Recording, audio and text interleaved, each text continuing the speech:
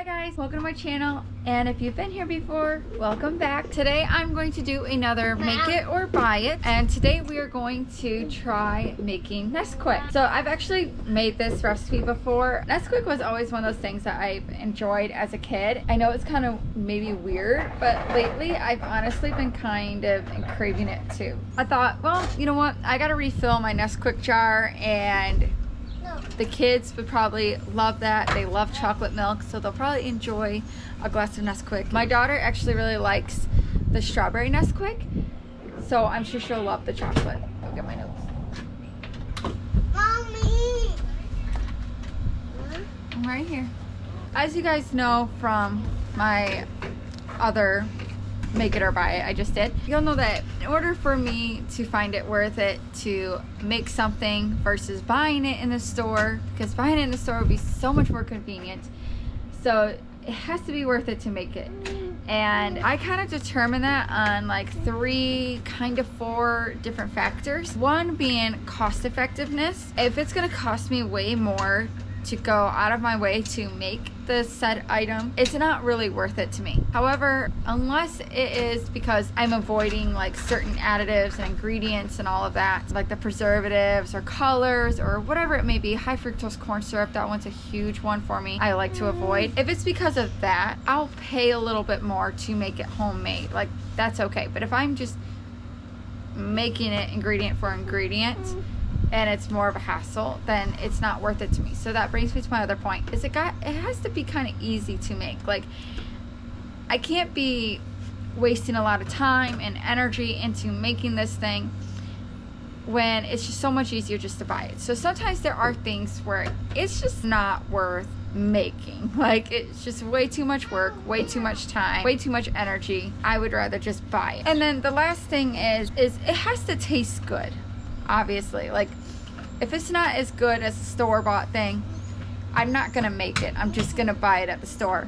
So that's the last thing that, you know, will determine whether I make something or would rather just buy something. So that kind of does it for me too. For me with Nesquik, since I've already made this thing and I'm familiar with it, I know it's fairly easy to make. It's just a matter of throwing a few ingredients together, shaking it up in a jar, and you're done. You guys don't know, you do know from watching my other videos if you have, but I've actually lost my taste and smell, probably due to like COVID.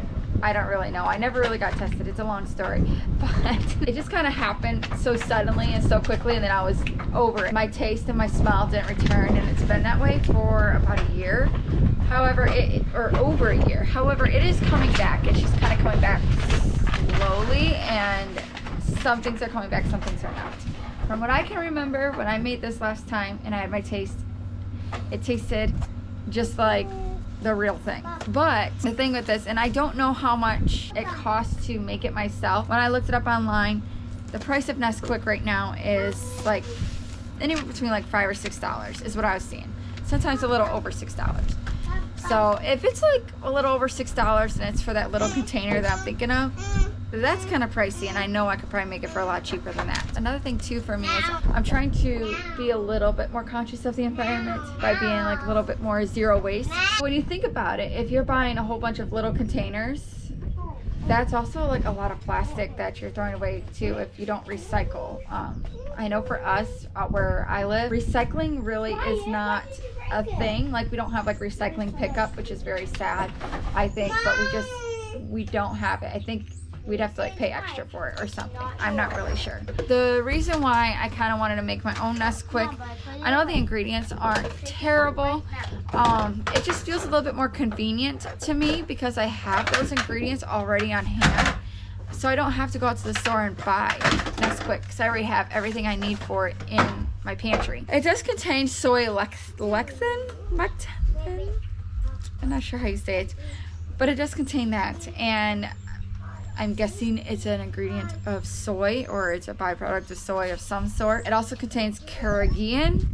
I don't really know what carrageenan is. All I know is that some people try to avoid it. That's all I know. And then processed with alkali. I don't really know what that means. I don't know. So I'm kind of just like, well, if I don't really know what it is it good or is it bad? I really don't know. Again, I just make it myself because it's easy and I have everything I need for it. I'm gonna go ahead and I'm gonna go in the kitchen and I'm gonna make it and take you guys along with me to show you just how I make it, because it is so easy and so simple, and I think you guys will probably like it. If you like Nesquik, you'll like it. Starting with an empty jar, I'm adding to it 2/3 cup of sugar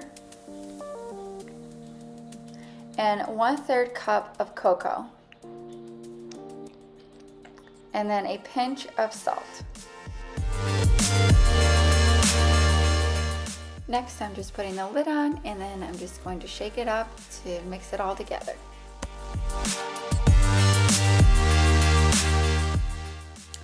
And that's how you make Nesquik.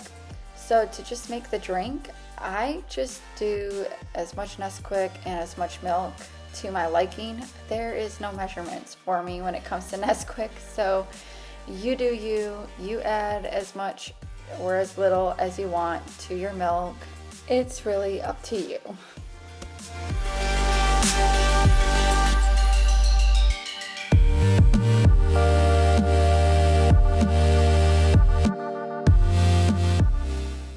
Thank you guys so much for watching, and if you like this video, please give this video a thumbs up and hit the subscribe button if you're not already a subscriber, so you can see more videos like this.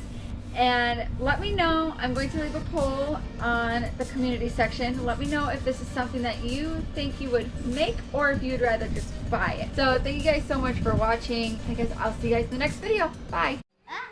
Come over here. Try this for me. Do you like it? That one's mine, though. No. I poured it for myself.